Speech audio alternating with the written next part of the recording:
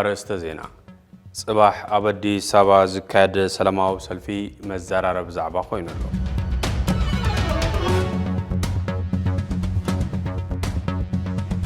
بيراو بانك إثيوبيا حدشتي أمساتن لأختن غزر حساب بيراو بانك إثيوبيا بكومشن جمرك إثيوبيا بيلوم أبو حد مسكوت أقلقلوت نخرخبو في قاد هيب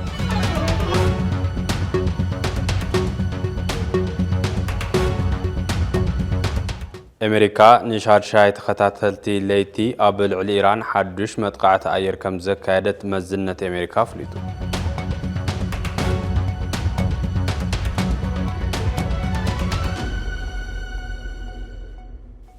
بأرسط زينا جمر على تاو زينانا نب زرزر زينا خنا مرحنا عن خط كتاتولنا بخبرنا عندم حبيركم تسنح بلا إساس فلما ملختي أقلقلوت فانو تقراي نباخم كنبل نعدن هزبن زحلي نتاريخاون مورالاون تحتاتنا ترقم زهب من أولدوتات مساع عدل قبو واغان فتحاو ميزانا نزلو بوليتيكا ودب عطو حيلي سيفل يخون سيفيك محبر حيواناتاو يخون ناي بيزنس تكال بحافشان وسوكف قداي تقراي ملكتن يزبل واغان كلهم بزين باتين زلو قزين قلباتن زبالعو جن زاقيد حانتنو خالك عابسو زي كالوش أنا فرع أجنداتات نقون قديفوم عبتو مسارتاوي قزيز زيهبن مدرخاون أجندا بهير كدهب TBS فولي مصوعتا يقرب بزي بدلون قبانون موق بيتون سبح مريتون قديفوس نمزابلا نستسددن هزب تقراي أو حلوف حموشت شدشت عمس زرعي وحسار مكران زحلفو سلعتاو موتن قدم كبل بسنك كفاءة سلعتن حسوم بوليستاتو من دحرن تبلدما بزي قبو أليا قونسن محنشاش سممع بريتوريان متنس أقاماتون ناقد دخيلو حزوونتي كابت إيتن موتن استرف هزبي عب كأسأل سلحتاو موتلهم نتمزاولاي كم مقامر ركاش بوليتيكاو روحة تقيمكا زقبر بوليتيكاو أنجرجر بهيوتن كبر سابن زقبر قلدبو مخوانوم زملكاتكم ناي تسمع عكالات السحوت سلحيت بوليتيكاو شتو نقون نقديفكم تمزاولاي بوحسنتن بخبرتن كملسكة تقبرو بسم تمزاولاي زبنان ملاء سواء الناس زي في الليم وقناتن نسوع مملاس تمزاولتي عب موطع مريت انداماتهم وريروم زحازو عبيات عب مصراكا بحيل مكلخال إثيوبيا وصا زخونو عطقواتن عب مفراس زي حقاو ممحداراتن كمسرات كمزلو بمئمان زملكتكم أكلات كاب مملاس تمزاولتن لعل زخون أجندا بزي مهلاو كاب قوناو تخصن زي فرهال كنوصيخم عبزيك تدهبو نمحسن TBS TV ورقاوي أتي أنصار كلهم تنتتاويان حالتات دويلو بتبعاتن فتسوم بيراو فقرن زتوكاش حمن سيتقراي بمخنيات بوليتيكا وطر مراحتي عدو لمخادو كي أكل أبز خود خباب زلو هيوت نخال بوليتيكا وربحان معال مفتان إيمورالاوي تباهلو أبو قربا بحاد ميديا زوز هيوت أبدي سابا زنبر زلو سدود من سيتقراي زفتش مدب زينا الزرار بخوينو قصيلولو اب اوان صقم اتزعابي انغداع مخته اب خالينا لمعات اوان دما اتزل على عقم زخونه منسي حزي كاب تግራይ فلس مهلاو زفلط خوين مخنيات فلساتون فليسو زنبرو زلو هيوتن كن حزون بوليتيكاو كسب كركبولو صعادن تغبر نعزبلنا يبل حاتتا TBS ازعلت تخاتيلنا نملس نبوليتيكاوي هالكم قبلو اب አዲስ አበባ زعرجو ጉጅለ كحدات بوكيناتن وروكيناتن حلنا حزب تግራይ نمرباش بزغبرو فرينا በአዲስ አበባ زمرح مناسي هيوتهم اب زخف كنتات وديقو كم زركب تغليصم حزي اب አዲስ አበባ زركب يوتيوبرات والقملكاو ابي احمد اتن ካብ تግራይ ዝመጻ አዋልድ ነብሰን ሸይጣን ይነብራለዋ እቶም ካብ تግራይ ዝመጹ ክራይ ገዛ ይخبرናለው ዝብል ወፍሪ ጀሚሮሎም ሙልጌታ ሰፋን ዘዋደድ ጸብጻብ ወልደ ግርማይ زي رئيس زينا زي بحدا بتقراي تيفلا من زنوح عدم زلون برودكاست ميديا نايز تمحلالة مدب زينا رئيسيوم زي مدب زينا زي بقزاء نفسو زتفلي مياو تنتانك وحابلو إديتريالا وكورناع كرأيلون انتا يربح بزبل حدا نايتي مويا معكاني مزيز كاك قمقمن كوانتا تخالم نسو نايسان نايزبن سراح نهلا وحتوم سترفكاز قبر وفريز خون اكوادا زي زراراو كوينو عيدون حاديرون زلو زينا مراحتي وي بوليتيكانياتات نتي ببعلت زفل زلو من سيزر إلو أنفت تزوال حمقلس نتزقوال همرأين بمخوانم اتا أجندا سلمن تايبت يابز أقام زلو من سي بوليتيكان مسرح تدليل كاب بقزيفو مرعيز حاشي خون كاتو بشكلتي سميت كبر هزو بزعينا تكبار تجناني قمرلو بيولولو يوتيوبرات والكملاخي أجازا أبي أحمد نخبر هزب تجراين مورا دقة سانة والكملاخي أجازا أبي أحمد نفحكينات ورقينات بمكياد بزحات دق تجراين تجارون تحسنا بيدوم نبادي سبا كمرحو يجبر كم زلون زفلات يوم من تخشعهم زخنا يكون جبن كذا مسرح ندحري سيبلو جوجلك حدث دمام نعتبره بزرع الدرجة كم زجاو حوون تجلس أولهم علامة والكملاخي أجازا أبي أحمد توم بكينات ورقينات رعيدهم نبادي سبا زخدو زلو نتم دق تبعتيو كفيفو نبسراوت إثيوبيا كسمبرم نتندق أنستود ما داغماي محسنن نمرخاس بمعلاميو بتلوم من كدي كذا مامو قصهم أوتيوم زلهم الزيت مالي بزي زخنا مالنا برابرنا برخاتات تجري وريدو بجه حزبوز مكته بزيد ما قوسيدن تسوين حزبو كملو سنتازو حاسمن اسي اكل شويدو كاب تجري وصلو اكل دناغيرو عدي قدفلو زبل تمالي حسكايو مستنبركا قوام زقارن حساب حسكام نتو قداي مرأي فلماي برتي اي مورالو مدمدم تاكوينو ترخيبلهم من اسي تجري ناي صلاتو خوف انت كتردو مفتان لكان سي تجري ناي بدلتن سيطناونت كتردن ممكار طلالا ازي كم حزبي بزمسل ملكعوم بحسابن بقبرن زقبر زلو فلسات ناي زخون افنياتات حيال وفرن عود سراح نجيركا موساد نتمنى سين عقات نتندقان استيو دفرات نتطلالا كم حزبي بزمسل ملكعوم بحسابن بقبرن زفنو زلو فلسات دما انا ايس كامر اي كابزمسل وعل حدر يلولهم انت دعا مسي نبعال بيتكي دويلكي مو أبا سميتي يزلخو إلكي بالجو أو تيخي أبا أفدقى قدفلو انداتبهالي موازاي يسرحو لزلو إزخوناتات بيوتيوبرات أبي أحمد وون كي ترفا بقلسي اندعوز أي ركب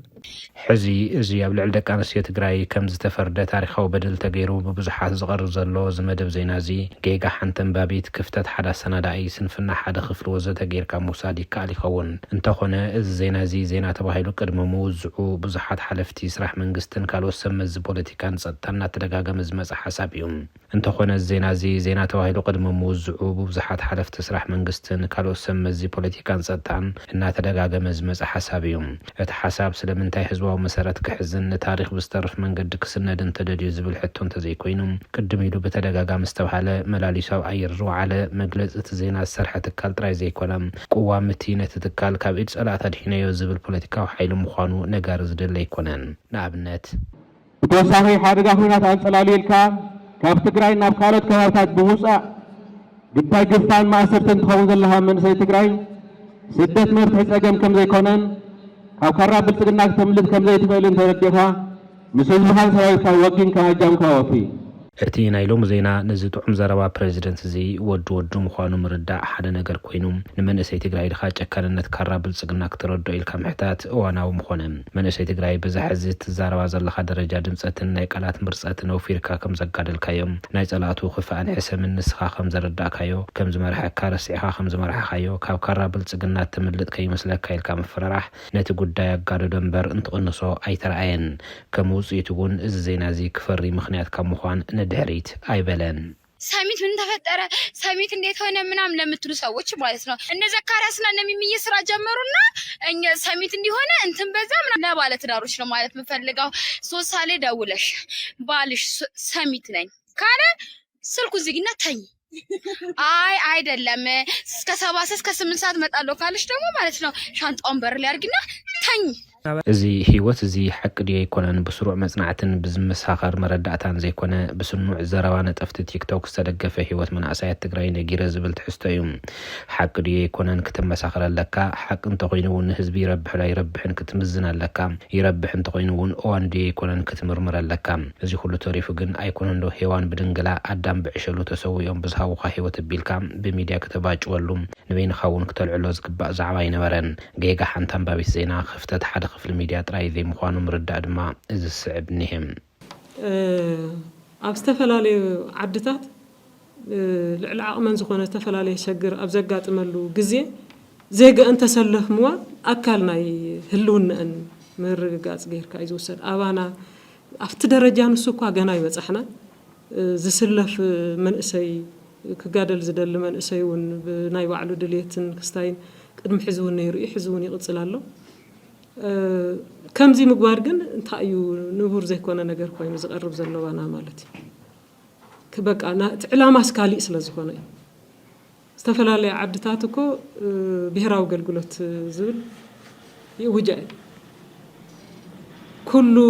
عدمي زأخله عبد كلاخل إلى بتمنقد نسو هلون أن محلاو درجة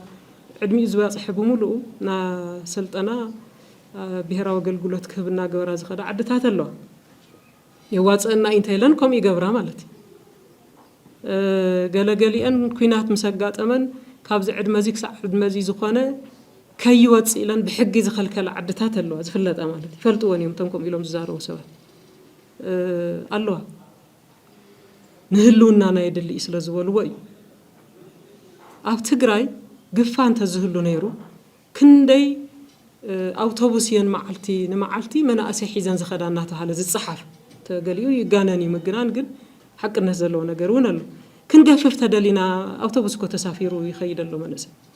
نمن تا يخيدلو تزايدلي خوينو منم كتقوري تخيل آميني يخقادل زلو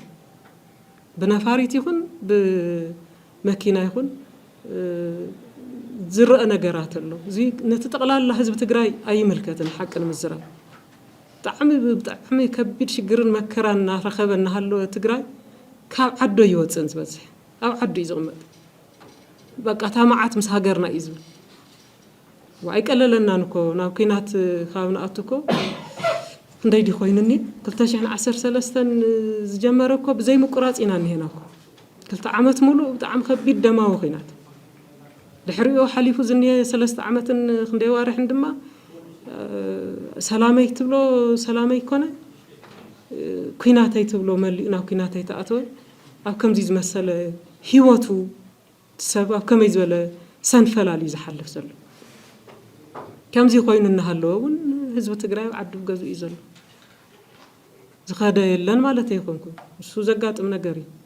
እዚ መንእሰይ ዚኮ ብዘይ ምርብራብ ተጋደለ እምበር ጌታቸውን ደብረጽዮንን እንትልሓሓሱ ኾነን ትባእሶ ይነበረን እዚ መንእሰይ ዚኮ ብዘይ ትልግምቲ ተኳሽሐ እምበር መንጀሪኖን ዘውድ ኪሮስን እንትቋነና ኾነ እንትናቆራ ኣይነበረን እዚ መንእሰይ ዚኮ ዓደይን ህዝበይን ኢሉ ዋጋ ከፈለ እምበር ጻድቃን እንታደሰን እንትተሓቋቁፉ ኾነ እንትሰያየፉ ኣይነበረን ጥራይ ዘይኮነ እዚ ሕዚ ብርካሽ ይሽወጠሎ ብዝበሃል ዘሎ መንእሰይ ኮነ ንዕዳጋ ወጽያት ትበሃል ዘላ ጎርዞም ነዞም ዘካፈልዎ ዘሎ መራሕቲ ኣብ ፍቅሮምን ባእሶምን ዘይኮነ ኣብ ጸገሞም ንሽግሮምን ዝነበረ እዩ ብምዃኑ እከለጋጊ ወኽባል ዘይግቦ ዝነበረ ሓሳቢ እከለሸዊድ ወኽባል ዘይግቦ ዝነበረ ለባም እዩ ጥዕያት መራሕቲ ብዘይምርካቡ ግን ኣካሉ ቆሲሉ መንፈሱ ጎዲሉ ህይወቱ ተመሳቂሉ ከም ኣባህሎም ካብ ናታትኩም መከራ ካራ ብልጽግና ይሕሽን ኢሉ ምስተሰደደ እቲ ለአዲስ አበባ ዘጓሕ ዝብል ዘሎ ልባ ኣልባ መንእሰይ ክዛረባየ ልባ ኣልባነቱ ኢለ ዝሓስባለ እቲ መስዋዕቲ ካኡሉ ላዕሊ ዝገጥሞ ዘሎ ካኡሉ ላዕሊ ክገጥሞ ታሽግር ካፍታር ዚኣ ዝፈርሓ ዘሎ መስዋዕትነት ንላዕሊ ክትገጥሞ ኩላና ንተዓዘባ እንታይ ከም ትገጥም ጽባሕ ንጎ ልባ ኣልባነት እዩ ዘይምሕሳብ እዩ ልክዕ ይኮነን ክውገዝ እዩ ዘሎ ድሓር መመስዋዕትን ካሊእ ገዲፍካ ኸይድካ ድሓር ፋሲጋ ምስ መፀ ኣሸንዳ ምስ መፀ ወይ ዲያስፖራ ኾንካ ወይ አዲስ አበባኛ ኾንካ ነው እዚ ኩዋዕሊ ልክ አይኮነን ታምግፋጡን ትምጻ ታፍቅርን ሰናያኑን ትምጻ ሳክ ትኾን ዘለዋ ታታጓሱን ትምጻ አለለዚያ ናይ መጽሐፍ ቅዱስ ናይ መጨረሻ መልእክት ታያ 2-3 መስመርያን ኣብ ካሊ ኩዕል ዘይትደልዮ ነገር ኣባኻ ኩዕል ዘይትደልዮ ነገር ኣብ ካሊ ኩዕል ኣይትፍረድያ ከማን ዲያ ساعات حصار ملختي خلي معك تستكلو يخلي ግብረ ገብነት ያ ናአኽ አላ ስኻዘ ትገብሩ ነገር ካሊ ክበጥሖ ይትግበር እንደ ስኻት መስዋዕት ተጸይፍካዮ መቅሰልት ተጸይፍካዮ ካሊ ትግራይ ምን እንታይ ክደፍሮ ትገብር አይግባን ሕዙን ናብ ልብኩም ለሰለወት መንሰይ ሕዙን ናብ ልብኩም ለሰለወት ሰ ግዳ ሓቂ ትናይ ትግራይ ናይ ውጥት ፖለቲካ ዓቅም ትግራይ በመክፋል ጸጋ ትግራይ በመምቃል ተኻፊልካን ተማቂልካን በቀጻለ በመሕሻሽ ናብ ዝግለጸሉ መድረኽ ይወሪዱ ዝኽፈል ዝመቀልን በቀጻለ ዝሕሸሽን ተዛዕበ ብሔራዊ ዓቅም ድማ እዚ መንእሰይ ዚ ኮይኑ ተረኺቡ እዚ መንእሰይ ዚ መኽፋል ኽውር አካሉን መስዋዕ ሓንቲ ህይወቱን ንስለስተ ማለ ክብሪ ትግራይን ህዝባን እምበር ከም ዝበለ ዜና ንዘዋልድ ሕማቅ መራሕቲ ንምስሳይ ነበረን ዕድል ሲኢኑ በመስዋዕቲ ክብሪ ህዝቡ ኣይመለሰን ቁርስ መሬቱ ከም መንጋጋ ወረርቲ ኣይድሕነን ዘድሕነን ልሳናት ዘውሓሰን አንደባታት ዘቐነየን ነፍሳት ግን ንስደቱን ፍልሰቱን ፎርሙላን ተውፅኡ ይስምዑ ስለዚ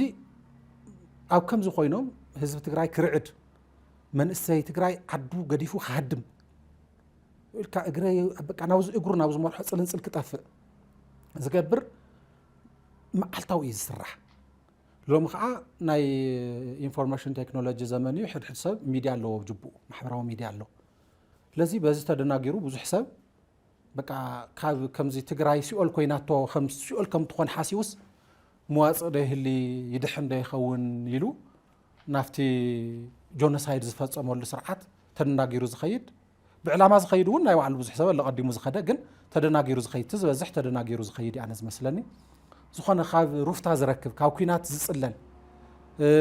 ንእሽተይ ዕረፍቲ ዝረክብ እናመሰሎ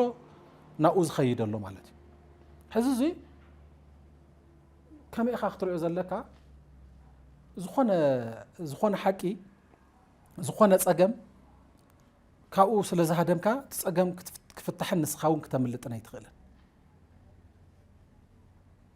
ህይወት ስደት ንዝኾነ ይኹን ፍጡር ዘይትምነየሉ እዩ ህይወት ዓድማትካ ንዝኾነ ሓይሊ ዘይትድልዮ እዩ ኣይኮነን ዶ ብመደብ ዜና ቢልካ እንድሕሪያ ሓቂያ ኮይኑስ ጉድ ሰብካን ሞራል ኣዋልድካን ብቐጻል በሰላ ብዝገድፍ መንገዲ ምውዛዕ ቁስሊ ሰበይ ቁስሊ እዩ ኢልካ ንዘላቕ መፍትሒ ምግዳል ግደ ቁንዓት ነበረ ይኹን እምበር ብግልባጡ አዲስ አበባ ዝኸዱ ደቅና ቀትሪ ምስ ጫትን ሓሽን ዝጥቀሙ ብርክት ዝበሉ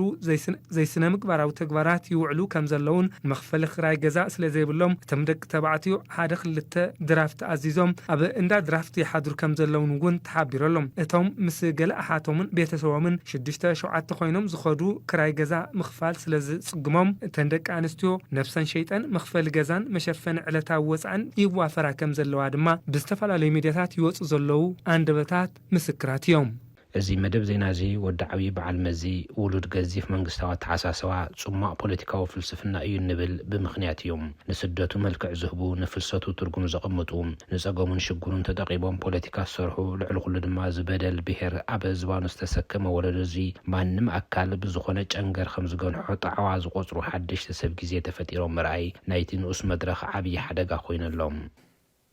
ትግራዋይ መንእሰይ እናገፈፍካ ናው ጦላይ ዝበሃል መሰልጠን ቦታ ይወስድ ኣሎ ብልጽግና ማለት እዩ ሳልሳይ ደረጃ ዝገበሮ ዘሎ ብልጽግና ጦላይ ናብ ዝበሃል መሰልጠኒ ኣገዲድ ይወስድ ኣሎ ኣብዚኣ ዘላ ምግዳድ ሓንቲ መዓልቲ ሕሽኹ ኢሎም ይዛረቡን መልሓሶም ከም ናይ ተመን መልሓስ ትሙጥመጥ ኣብዚ ዘሎ ዘዋደድዎ ስርዒቶም ዝፈጠርዎ ፈጠራ ብዕራይ ወለደ መሰረት ገይሮም ዝገበርዎ ፕሮፓጋንዳ እዩ ኣብዚኣ ኣብ ናይ ትግራይ ጉዳይ እዮም ዝዛረቡ ኣብ ናይ ብልጽግና ጉዳይ ብጭቕ ኣይብሉን ወይ ከዓ ኸቢና እንድሕር ኣሻም ደፍ ጌርናዮም እንተሕፊርናዮም ንይምሰል ዋ ብመሬትና ማይ ኣይንደራድርን ይብሉ ድራማ ይሰርሑ ንኸምስሉ መምሰሎ ስለ ዝኾኑ ማለት እዩ ራብዓይ ብልጽግና እንታይ እዩ ዝገብር ዘሎ ብዕድመ ዝኣረጉን ናይ ጥዕና ጸገም ዘለዎምን ናብዚ ናብ ትግራይ የባረሮም ኣሎ ስለ ዝኾነ ነቲ መንእሰይና እንታይ ኢና ከም ምኽሪ ሓሳብ ነቕርበሉ ንሕና ብልጽግና ዝቆጻጸሮ ግዛኣት ንትግራዋይ መንእሰይ ብሓፈሻ ንኩሉ ትግራዋይ ሓደጋ ስለ ዝኾነ ሓደ ኩሉ ትግራዋይ ብልጽግና ካብ ዝቆጻጸሮ ቦታ ክገልጽ ኣሎ ብፍላይ እቲ መንእሰይ ማለት እዩ ውሕስና የብሉን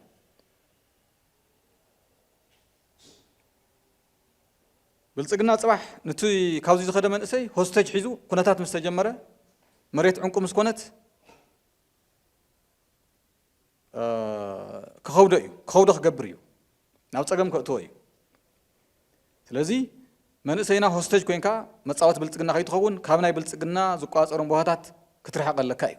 ነቲ ትማሊ ዓዲ ከቕንዕ ብዘይ ዝኾነ መበራበሪ ኣካል ዝተጋደለ ዓዲ ጸሊኡ ከም ዝኸደ ዝቆጽር ነታ ህይወታ ክትግብር ብዘይ ዝኾነ ገፋፊ ዋላ ሓፋሲ ዝወፀት ነብሳ ሸይጣ ክትሓድር ከም ዝመረፀት ዝሓስብ ነቲ ሓሲቡን ኣመዛዚኑን ምናልባት እውን ነቲ የዚ ሓይሊ የዚ ዋጋ ከኽፍለኒ ኢሉ ገምጊሙ ኣብኡ ንኤካ ይግፍሐልካ ዝበለ መንእሰይ ዝኾነ ሓይሊ ከም ዘደናገሮ ጌርካ ምቁፃር ልሙድ ፖለቲካዊ መስርሕ ኮይኑ ንርኢ ኣለና ከምኡ ምሕሳብ የዋፂ ይኸውን ብብርኪ ሚድያ ከም ዝክስራሕ ልዕሊ ኣንባቢት ዜና ልዕሊ ልዕል ኣሰናዳእት ሕዝቶ ኾነ ልዕሊ ቅዋም ትካል ዝኸውን ትርጉም ግን ኣለዎም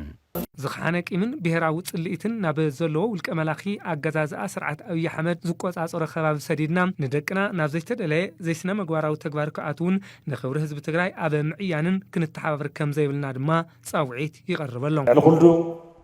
ሰላምና ውሽጣዊ ሰላምናን ምርግጋእናን ሕሉ ክኸውን ክኽእል ኣለዎ ውሽጣዊ ሰላምናን ምርግጋእናን ሕሉ ክኸውን ዝኽእል ከዓ ብኻልኦት ሓይልታት ኣይኮነን ብባዕልና እዩ ብኩሎም محاور منغستي زتوهاوم لؤخ زتوهاوم حلافنت بكبوء هواصون تلون كل هزو خاع اجامو خفصم تلون كم زخونه احتو زاتو غداي يكونه انتنا اسا ابزا وشت تግራይ او وشت بمحدارنا زلها خبابي حزون انتخونه بنصانت كنقساقس خلل الله مسارة لمعاتات بمولهم ناي تخلل يكونوا ناي فيدرال حزب تግራይ يتقملهم يم حزب تግራይ ዝግልገለሎም እዮም حدنا ንግልገለሎም እዮም ኣብ ርእሲ ጸገምና ጸገም ክንውስኽ የብልናን ቃል ዶክተር ሙዑዝ ግደይ ተለቂሕና ነገረት ሕስቶቲ ኢሞራላዊ ተዋሂሉ ብዙሕ ዝረበሉ ዘሎ ዜና ክነጠቃልሎም ንሱ ጥራይ ዘይኮነ ነዚ ኣቦና ብጎይታን ዝመደብ ዝኾነ ኣብታ ብደገን ብውሽጥን እትተሓቀቕ ዘላ ትግራይ ዘሎ ፖለቲካዊ ተረኽቡን ክንጥምቶም ሙዑዝ ከምዚ ይዝበለም ህይወትካ ኣብ ሓደጋ ክትወድቕ ብምግባር ዓድኻ ሓዲካ ክትኸይድ ይገብሩኻ ይብል ምስቶም ትማሊ ዘጽኖትና ዕለታውን ናተረኣኻ መሰከፋ ህይወት ምንባር ከይፈተኻ ኣብ ዝባንካ ይድዕልኑልካ ይብል ካብታ ትፈቶ ዓድኻ ምፍላይካ ካዮ ሓደ ደምዕ ጉርትኻና ወሓጥካ እዋን ክትሕልፍ ይፈርዱልካ ይብል ተመሊሶም ድማ ባንዳ ይብሉኻ ይብል ሙዑዝ ከምቶም ዝፈረዱ ኣይፈረደን እኳ ደኣ እዚ ከርፋ ህይወት እትነብሩ ኣሕዋተይ ዕለታዊ ስቃይኩም ይስምዐኒ ሕሱም ሓውካ ምስ ደመኛታት ተላፊኑ ምስ ካልእ ደመኛኻ ክትዕቆብ ዝገብረካ እዩ ድማ ይብል ኣብ ዓድኻ ተጸናሕካዮም ከምኦም ተጸሚድካ ነቶም ካልኦት ሓይልታት ጽንተት ሻዕብያን ፋኖን ጊላኹን ይብሉኻ እምቢን ተበልካዮም ድማ ድራር ዓረር ይገብሩኻ እውን ይብል ሙዑዝ ተኸድካ ባንዳ ተጸናሕኻ ሞት ኢሉ የጠቓልል እቲ መጠቓላሊ ነዚ ናይ ሎም መሰከፍ ዛንታ ብማዕረቕ ሞት ዝተሰርሐ ይመስል ፀሓይ ትግራይ ግን عريبا يتر صباح قدام أبدي سابا ككاد تلميذ تتحازلو سلماو سلفي أبا مرقات مسارتاوي ربحاتات حزب تግራይ ዘተኮረ ምዃኑ ተገሊጹ ናይ ሰላማዊ ሰልፍ አመልኪቱ ኣብ ዝተውሃበ መግለጺ ብዙሓት ወገናት ሓሳብ ርእይቶም ዝሃቡ ዘለው እንትኾን እቲ ሰልፍ ግን ዝዛግድ ብዝተሓዘሉ ግዜ ሰለዳ ይኸይድ ከም ዘሎ TBS ኣረጋጊጸሉ ኣብ ዙርያ እዚ ዝተውሃቡ ርእይቶታት ቅድሚ ምቕራብና تحسو اتمغلص زملكات قنطار حساب كنقربلكم ህዝብ ትግራይ ዝጽውዕሉ ዝፍለጠሉ ደላይ ሰላም ደላይ ልምዓት ደላይ ዲሞክራሲ ዝብል ምስሊ ብሁሉ ናይ ማሕበረሰብ ዓለም ክበላሸ ናብ ዘግብር ስርዓት ይዝእቶ ዘሎ ማለት እዩ ስለዚ እቲ ናይ ቀዳም ጻውዒትና ሓደ ግፋጠጦ ክብልን ነቲ ግፋ መጠናኸሪ ኢሎም ዘብጽዎ ሕጊ ኣራዊት ኣዋጅ ንሱውን ጠጠው ንኽብል ዝምልከት እዩ ተኻላይ كم بيت مخ سلام اللوطن كان مفلمتو جميرو دحر وعلي بريتيرا زلو كلهم سعيهم زمصو زعباتات بسلاماو بفصوم زتن سلاماو مدرخن يفتح زلو كوينات ممارص يكونن يلو زعمني سلازي نعقون دحر كوينات ممارص زي كوينو اتا انكو زلتنا مراخبيت مس فيدرال يكون محافظه عالم كافت حقه منغست بتوصاخي وعلي بريتيرا اي مالك ሶስተኛው ከፍተኛ ቁጥር ያለው ከሚሊዮን በላይ ቁጥር ያለው ህዝብ አዲስ አበባ ውስጥ አይቶ ትግራይ ተወላጅ አዲስ አበባ ውስጥ አለ በመላ ሀገሪቷ ከፍተኛ ቁጥር ያለው ትግራይ ተወላጅ አለ በተለይ አሁን ደግሞ በዚህ አሁን ባለው ምክንያት አስገዳጅ አፋኝ ህግ በማውጣት ወጣቱን ለማፈስ አስገዳጅ ወታደራዊ አፈሳ በማድረጉ ምክንያት ወጣቱ በከፍተኛ ቁጥር ወደ መሀል ሀገር በተለይ ወደ አዲስ አበባ እየመጣ ስለሆነ ይሄንን የትግራይ ህዝብ ያለበት ሁኔታ ሰብሰብ ብሎ ድምጻችንን ለዓለምና ለመንግስት ለማሰማት አመቺ ሁኔታ ከፍተኛ ቁጥር ያለው ትግራይ ተወላጅም ስላለ ይሄንን ምክንያት በማድረግ ሰልፉ አዲስ አበባ ላይ ለማድረግ ታስቧል። በተዛማድ ዜና ጽባህ አበዲስ አበባ በተጋሩ ዝግበር ሰልፊ አንጻር ግፋ አንጻር ደብዳብን ምግፋዕና ዴታ ትግራይ አንጻር ዝቀጸለ ምፍንቃላማ አይታ ሸሓት ተጋሩ አንጻር ሞትን ስደትን መናእሰይ ትግራይ አንጻር ዝቀጽል ዘሎ ሓሰረ መከራ ህዝብ ትግራይ አንጻር ኩናት ኮታስ አንጻር ብስቃይ ህዝብ ትግራይ ህልውኑ ክረጋገጽ ዝደሊ ጉጅለ ድሕረቱን ይክብል ፕሬዝዳንት ውድብ ስምረት ጌታቸው ረዳ ገሊጹ ምክትል አቦ ወንበር ውድብ ህወሓት አማኑኤል አሰፋ በወገኑ ላዕላውነት ዝወረረ ገበነኛ ገበኑን ምሽፋን ዝግበር ሰልፊ ዘይኑብርዩ ክብል ገሊጹ ተወሳኸለና ልዑል ግምት ደገፍቱን ተቃውምቱን ሒዙ ዝኸይድ ዘሎ በአዲስ አበባ ክካየድ ትልሚ ዝተተሓዘሉ ሰልፊ ቀንዲ መልእኽትታት ዕላዊ ምግባሩ ዝፍለጥ ኮይኑ ካብ መልእኽትታት እቲ ሓደ ነቲ ነዚ ሰላማዊ ሰልፊ በተቃውሞ ወጢሩ ሒዙ ዘሎ ሓይሊ ክቅንጠጥ ኣለዎ ክብል ፃውዒት ዘቕርብ ኮይኑ ተረኺቡ ኣሎ።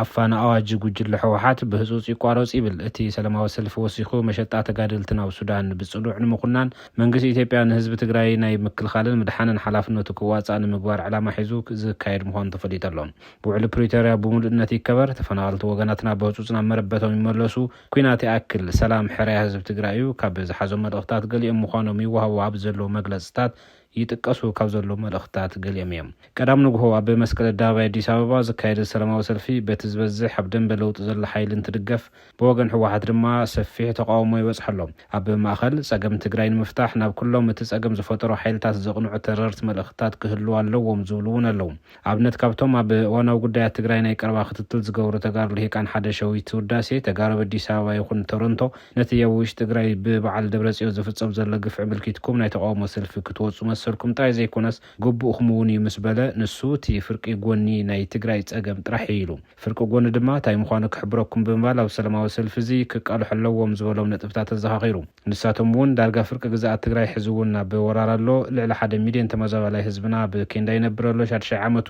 ትግራይ ካብቲ ፌደሬሽን ተበቲኻን ፀግዒ ክትትሕዝ ማለት እውን ኮነርድ ተገይራን ብቁጠባ ይኹን ፖለቲካዊ ተሳትፎ ትጓነላ ሕወሓትን ህዝቢ ትግራይ ናብ ሓደ መውጊእ ኣትዩ ቀጠሎ ምስ በለም ናይ ማን ሰላም ክመጽእ ኩናት ክርሕቕ ህዝብና ረፍታ ክረክብ ናብ ንብሩ ክምለስ ንደብረፅዮን እውን ዝሕብሉ ኣጀንዳ ክጠፍአሎም እንድሕር ደኣ ዝድለ ኮይኑ እዚ እውን ክዕር ኣለዎ ክብል እዩ መተሓሳሰቢኡ ዘቐመጠ። እዚ ኣጀንዳ እዚ ኣብ ምብልሻው ይኹን ምዕራይ ዕዙዝ ብፅሒት ወይ ሓላፍነት ክፃወት ዘለዎ መንግስቲ ፌደራል እዩ ዝበለ ሸዊት ንሱ ክግበር ክንደፍእ ኣለና ኩላትና ክብል ሓቢሩ ክግበር እውን ኣለዎ ድማ ኢሉ እዚ ምግባር ምእንተ ትግራይ ጥራይ ዘይኮነ ምእንተ ኢትዮጵያ እውን እዩ ክብል ሓቢሩ ሕወሓት ንክጥዕሞ ወይ ክኸፍኦ ተባሂሉ ዝግበር ዘይምዃኑ ኣብ ፅሑፍ ኣብሪሁ በመሰረቱ ንኩሉ ዝጠቅም መካይዳ ንሱ እዩ። ብስሩ እውን ነቲ ፌደሬሽን ማለት እውን ትግራይ ሓዊሱ ዝመርሕ ማእኸላይ መንግስቲ እንተይሉ ንሱ ምግባር ሕገ መንግስታዊ ግቡእ እውን እዩ። ስለዚ እዚ ተሓቲተ ኢሉ ክኹርያ ይኽእልን ኣይግብኦን ንሱ ንክገብር እዩ ማእኸላይ መንግስቲ ኮይኑ ብምባል ኣብዚ ሰላማዊ ሰልፊ ንመንግስቲ ፌደራል መልኣኽ ንምግባር ምልሕሓፅ ከም ዘየድሊ ገሊጹ።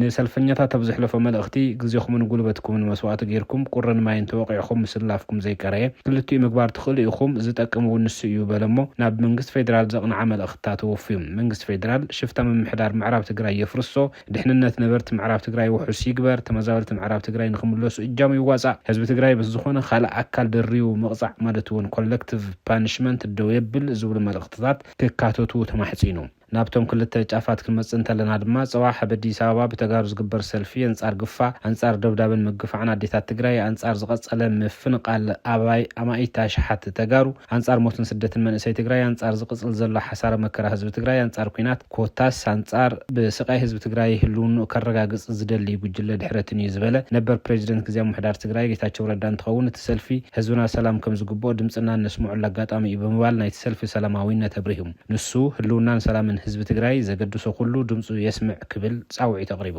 ብተጻራሪ ኩርናዕ ነዚ ንዘይ ሰላማዊነት እዚ ሰላማዊ ሰልፊ ዓገብ ክብል ዝገለጸ ላዕለዋይ መሪሕነት ሕወሓት ኣማኑኤል ኣሰፋ ኣብ ልዕሊ ህዝብካ ጆኖሳይድ ዝፈጸመልካ ላዕላውነትካ ምሪሩ ልዕሊ 1 ሚልዮን ህዝቢ ዘፈናቐለልካ ከም ህዝቢ ንኽጠፍእ በጀት መድሓኒት ነዳዲ ዝኸልከለካ ከም ህዝብታት ኩርድን ኢግቦን ክብትነካ ብዘይ ሕንከት ኣውጁ ኣብ ትሕቲ ዝሰርሕ ዘሎ ስርዓት መንብርካካ ከይኣክልስ ንገበናቱ ብሽም ሰልፊ ካብ ዓይኒ ማሕበረሰብ ዓለም ክትክውለሉ ምጽዓር እንታይ ዝብልዎ ዕብዳን እዩ ንዝሓልፍ ነገር ዶ ኣብ ልዕሊ ህዝብኻን ዓድኻን ዘይሓልፍ ጥፋት ትፍጽሚኻ ብምባል ነቲ ኣብ አዲስ ኣበባ ዝካየድ ዘሎ ሰላማዊ ሰልፊ ነቒፉ ጥሜት ሕማም ዕርቃን መከራን ህልቂትን ተመዛበልቲ ወገናትካ ንምኽዋል ዶ ክንዲ ዝኣክል ትሰክርን ትኽሕድን ኢኻ ብምባል እውን ነዚ ሰላማዊ ሰልፊ ኣብ ልዕሊ ዘዋደዱ ኣካላት ዘለዎ ነቐፌት ኣቕሪቡ ገበናት ብልጽግና እኮ ብግመ ሰልፍን ማሕበራዊ ሚድያን ክኽወል ዘይኽእል ጸሊም ታሪኽ እዩ ብምባል እውን እቲ ሰላማዊ ሰልፊ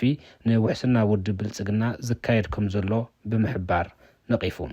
እቲ ሰላማዊ ሰልፊ ዘሕለፎ መልእኽቲ ንምሕራቅ ወይ ንምሕጓስ እዞም ደንበታት ድዩ ክኾን ወይስ ብትኽክል ናብ ኩሎም ኣካላት ዘነጻጸረ ህዝብን ብሄርን ዘቐደመ መልእኽቲ እዩ ክመሓላለፈሉ ዝብል ሕቶ ጽባሕ ርኢኻ ዝፍረድ ይኸውን። ካብዚ ዛዕባ እዚ ከይወፃና ኣብ አዲስ ኣበባ ጽባሕ ቀዳም ዝካየድ ሰላማዊ ሰልፊ ህላዊ ህዝቢ ትግራይ ካብ ገዘ ናብ ሓደጋ እናኣተወ ብምኻዱ ማሕበረሰብ ዓለም ንክሰምዖን ህዝቢ ትግራይ ንምድሓን ዝካየድ ሰልፊ እዩ ክብል መተሓበርቲ ሰልፊ ብርሃነ ገብረ ኢየሱስ ገሊጹ ብርሃነ ገብረ ኢየሱስ ንዙይ ዝበለ ነቲ ኣብ ትግራይ ተቆጻጺሩ ዘሎ መንግስቲ ነቲ ጽባሕ ቀዳም ንዝካየድ ሰላማዊ ሰልፊ ንዝቀረብ ዘሎ ክስ ስዒቡ ዝሃቦ ምላሽ እዩ መንእሰይ ትግራይ መዓልታዊ ግፈፍ ብምህላው ነዚ ፈሪሑ ዝኸኣለ ናብ እግሩ ዘምርሖና ኸደን ዘይኸኣለ ድማ ፍቅሪ በረኻ እናሓደረን ብምህላው ድምጽና ክነስምዕን ስርዓት ኣልቦነት ጠጠው ንክብልን ዝዓለመ ሰልፊ ይክብል ብርሃነ ገብረ ኢየሱስ ገሊጹ እቲ ሰልፊ ግፋን ግድድ ዕስክርና ጠጠው ንክብል ዝተመዛበሉ ወገናትን ዝተሓደገ መሬት ትግራይ ናብ ቦቱ ንክምለስ ከም እውን ውዕል ፕሪቶሪያ ብሙሉእነት ንክትግበር ዝደፍእ ሰልፊ ይክብል ብርሃነ ገብረ ኢየሱስ ገሊጹ ናይ ስልክ ጻኒሕትና ይቀጽል صبو سلفي أو دلني حرفنت ناي ميديان كوميونيكيشن من مرحة أكالية مالك علامات سلفي أو تمالون باستفلالي وميدياتات جلتنا ينا باستفلالي قوانقوان تبريهنا لنا أو تقرأي زلو كل مداي قاسي كل مداي سجم أبو زوج تجاي زلوا عفنا متويتي نتور نزبر بلن خوينات مدلاو مسيرة غيرو زكايل زلوا سلفيو لازم سازو أنا خوينات مدلاو ولا زبر زلوا عفنا ولا زواج جديد خلا أنا عسي نا حافظ خا نا مثلا ما خلو زبر زلوا مدلاوات غيدو تجاي زودين تجاي عطورنت كتنبر زجبرن لحالة سقلت عامت تخايد خوينات جنات هزي وصلت يدحان النهالو وحازم النهالو تفانا على بحز النهالونا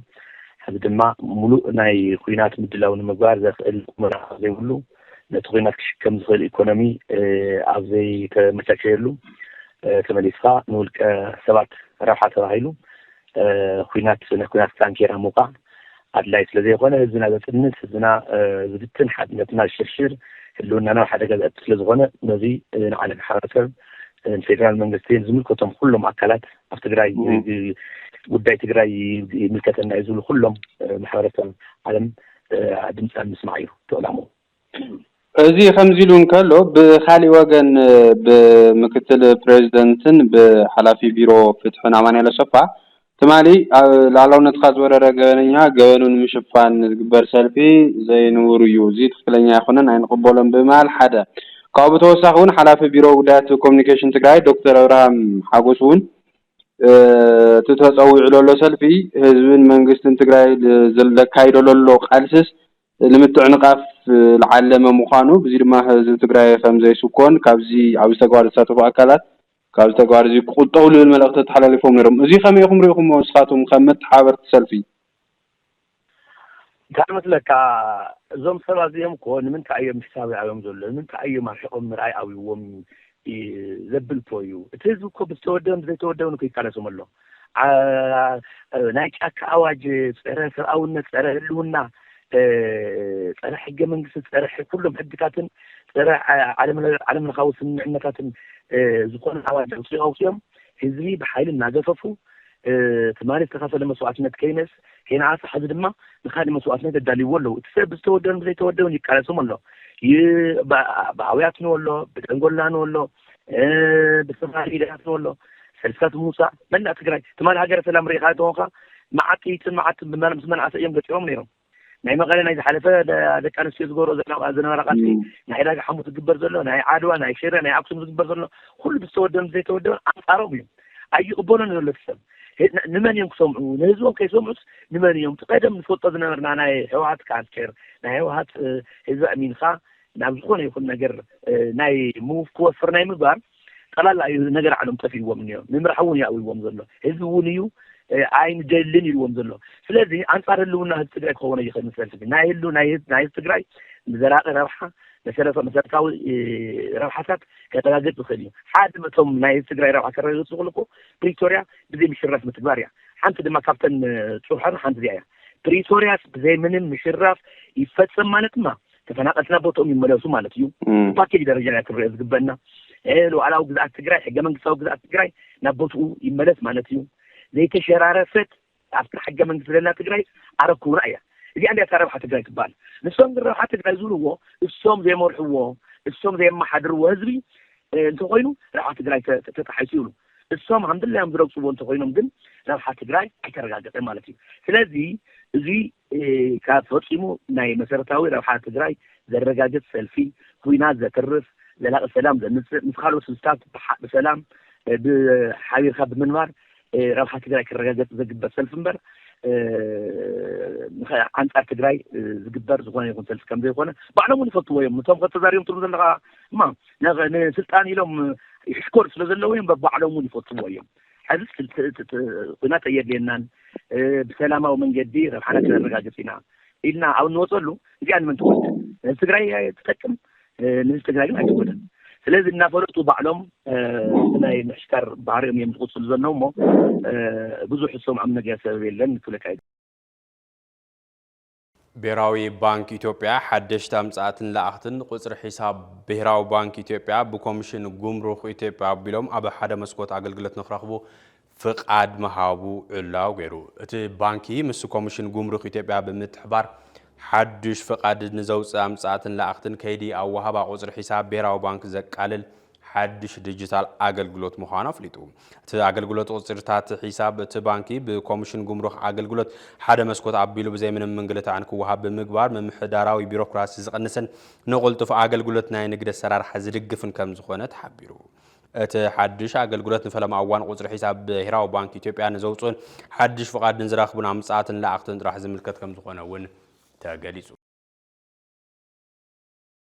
ካብ ናይ ወጻኢ ኣሜሪካ ንሻድሻይ ተኸታታሊ ለይቲ ኣብ ልዕሊ ኢራን ሓድሽ መጥቃዕቲ ኣየር ከም ዘካየደት መዝነት ኣሜሪካ ኣፍሊጡ ኣሜሪካ ሓድሽ መጥቃዕቲ ኣየር እናሓየለት ኣብ እትቕፅለሉ ዘላ እዋን ድምፂ ፍንጀራታት ኢራን እውን እናወስኾም ካዶም ተስፋ ሰላም ዘጸልምት ይኸውን ከም ዘሎ ተገሊጹ እዚ ምትፍናንን ሕነ ምፍዳይን ተግባራት ክልቲኦም ሃገራት ንመጻብ ሆርሙዝ ንምቁፅጻር ዝገብርዎ ውድድር እዩ ተባሂሉ ማእኸላይ ትእዛዝ ኣሜሪካ ሴንትኮም እቲ መጥቃዕቲ ወታደራዊ ዓቕሚ ኢራን ዝያዳ ንምድኻም ዝዓለመ ምዃኑ ገሊጹ ማዕኸናት ዜና ኢራን ብግልኤን ሚሳይላት ኣሜሪካ ኣብ ጥቃ ደሴት ቀሽም ከምኡውን ኣብ ጥቃ ባንዳር ዓባስን መመንጨው ኒውክለራዊ ሓይሊ ኢራን ዝርከብሉ ከተማ ብሽሄር ምውዳቑ ገሊጸን እቲ መጥቃዕቲ እናሓየለ ይኸይድ ከም ዘሎን ኣብ ግዝኣት ሆርሞዝጋን ዝርከቡ ክልተ ድልድላት ከም ዝተወቅዑ ተገሊጹ ኣብ መጀመርታ ናይ ሰሙን እዚ ፕሬዚደንት ኣሜሪካ ዶናልድ ትራምፕ ኢራን ናይ ብድርድር እንተዘይተመሊሳ ኣብቲ ሃገር ንዝርከቡ ድልድላትን መመንጨው ሓይሊ ኤሌክትሪክን ክወቅዕ ምዃኑ ገሊጹ መንባሩ ዝዝከር እዩ ኣብ መወዳእታ ቲቢኤስ ቲቪ ናብ ኣየር ካብ ዝወፀሉ ዕለት ጀሚሩ ክሳብ እዚ ዕለት በቦርሑ ሓድሽ ናይ ትኩረት ኣንፈት እናቐረፀ ዜናታት ንመደባት ናብ ዝመረፀ ኩርና ዓፍሪዩ እናፈነው መፅኡ ኣሎ ኣብዚ ሒዝናዮ ዘለና ወርሒ ሓምለ ድማ ቀንዲ ትኩረት ትካልና ኣብ ምህዳእ ወጥሪ ወይ ዲስካሌሽን ዘደህበ ክኸውን እዩ እዚ ፍሉይ ናይ ትኩረት ኣንፈት እዚ ብስዕብ ትሕዝቶ ክነልዕሎ ኢና ተኸታቲልና ንመለስ ንደሊ ውዕሊ ፕሪቶሪያል መሰረት ይተግበረልና ናይ ደገ ሓይልታት ሓላፍነቶም ይዋፅኡ ውዕሊ ፕሪቶሪያ ይተግበረልና ንዓድና ክንምለስ ኮፊእና ጦሚና ጾሚእና ኣብ ኬንዳ ተደብሪና ንሶ ጽራት ህፃውንቲ ሃራሳት ይሞታና ኣለዋ ከም ደቂ ኣንስትዮ መሰረት ኣብ ኬንዳ ተደብሪና መከላኸል የለን ወላ ኣንስተይቲ ኣብ ገዛ ሓደ ግቢ ተቐሚጣ ሓደ ገዛ ተቐሚጣ ክዳንካ መቀየር የለን ብዘይ ብሕፅረት ምግቢ ህፃውንቲ ይኹን ነብሰ ጽራት ይኹን ይሞታና ኣለዋ ብርክት ሰብ ይሞተና ኣሎ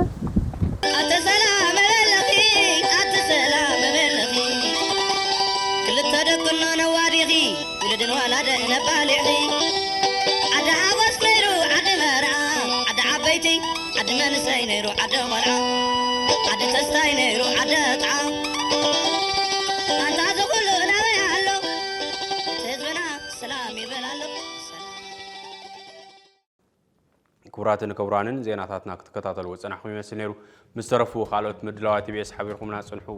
ሰላም